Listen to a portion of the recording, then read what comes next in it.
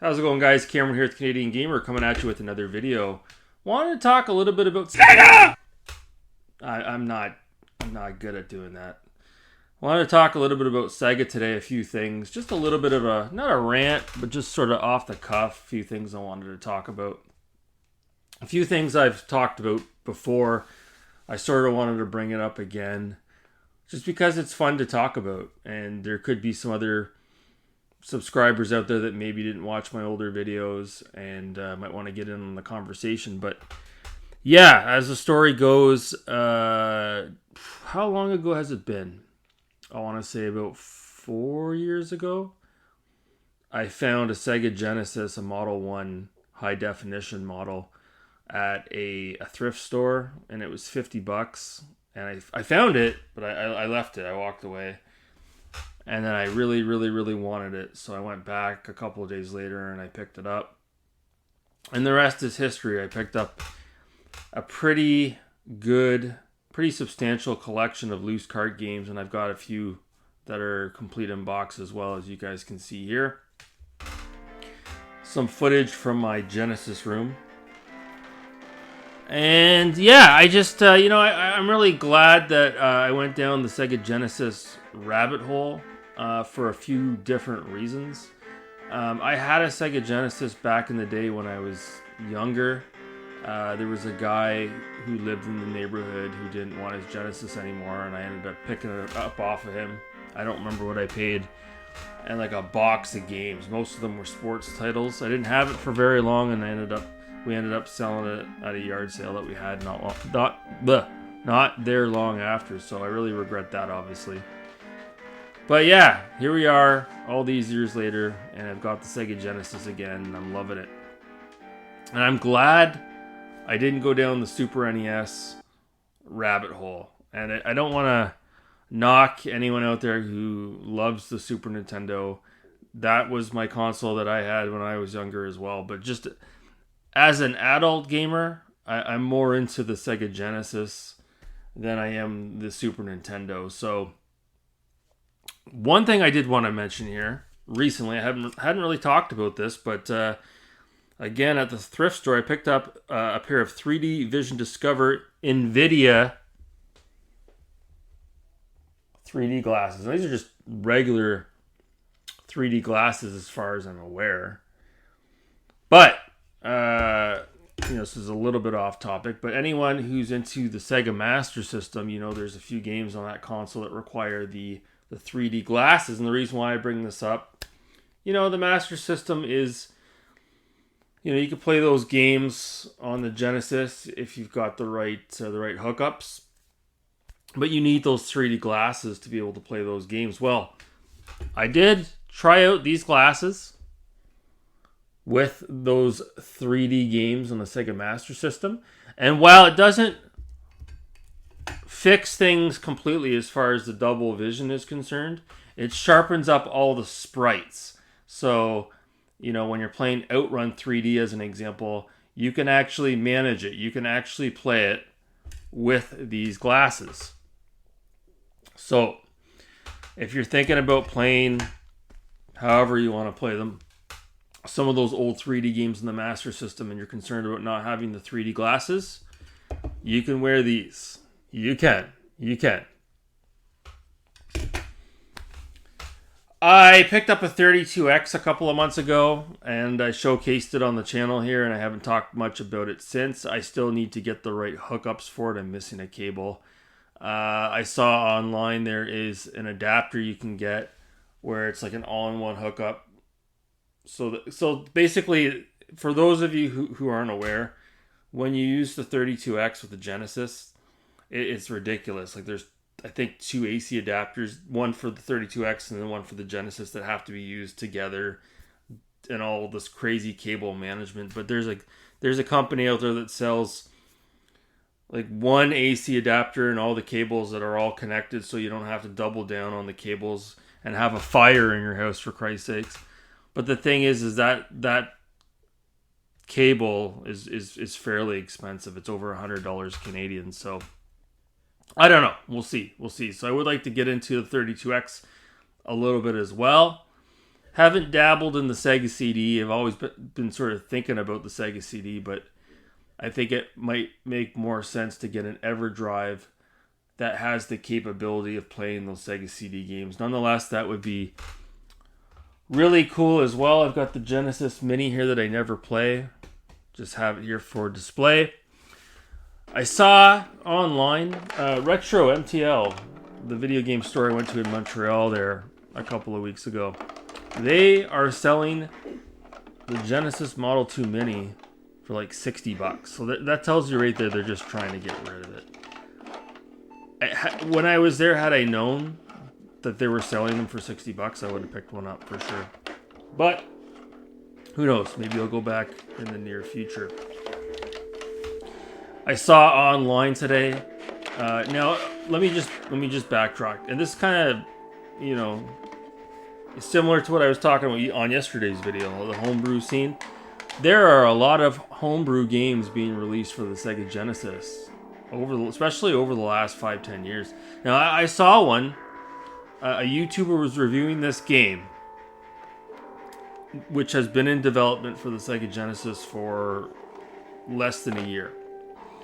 And right now there's a playable demo out for it, but you can't play the demo on your Sega Genesis. It goes through itch.io. I don't even know much about that. Anyways, the game really piqued my interest. I don't even remember the name of it, but it looked like Out of This World. A little bit of Out of This World, a little bit of flashback. The same control mechanics, the way your character jumps on a ledge, etc. So it looked really promising. And I've never backed a Kickstarter project in my life. I've never gone down that road. But this looked so promising. It was a graphic adventure, if you will, sci-fi adventure. And then I went onto the Kickstarter page, and it's a failed Kickstarter. The guy was asking $60,000. $60,000. So I guess he wanted to be compensated based on if he was working full time, I guess. I don't know. But $60,000, you're not going to get $60,000. He ended up getting several $1,000s. Beer of the day, Corona. He ended up getting like 20% of his Kickstarter goal, but he didn't meet it. So you know how that goes. They don't meet their Kickstarter goal, then it's just like, oh, fuck you guys, then I'm not going to finish this game, blah, blah, blah. So apparently he's still working on it. I don't know. But it was disappointing to see that. But there are a lot of companies out there that are re-releasing, I guess, modern releases of older games on the Genesis that are coming out from various companies out there like I Am 8-Bit. So interesting stuff. The only thing that bugs me about the re-releases is a lot of times the clamshell cases, the box art, it doesn't have the Sega Genesis logo on the side of the box. It usually says something really weird like I Am 8-Bit or something that just doesn't look right sitting on the shelf. So I mean, if I were to go down that road, and maybe I will, if I pick up a game like a modern game for the Sega Genesis, I would probably just get loose cart, because it's just a collector's thing. But I don't want to have a box in my Sega Genesis room that says I Am 8-Bit. I'm sorry. But I haven't been playing my Sega Genesis lately because I've been really busy. But I am itching to go back and play it some more. I've got so many games to get to.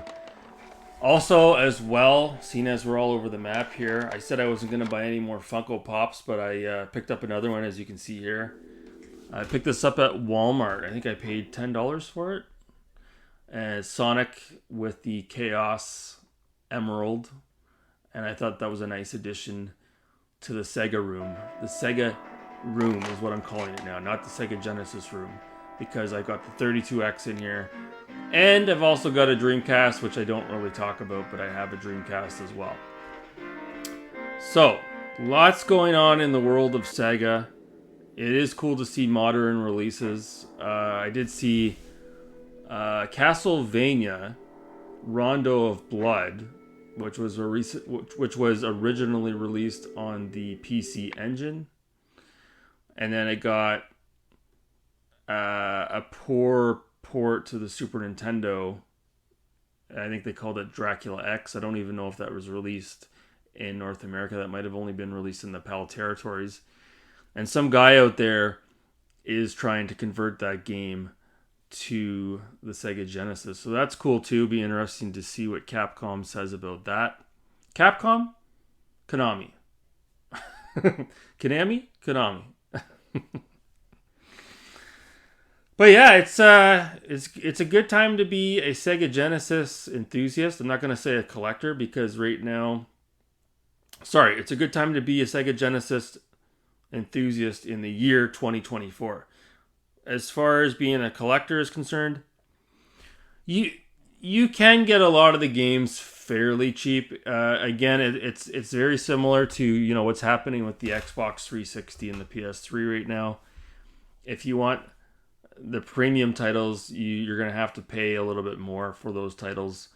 I've been to 2 retro video game stores in the Ottawa region over the last year that have had complete in-box copies of Vector Man. Now, Vector Man came in the cardboard box.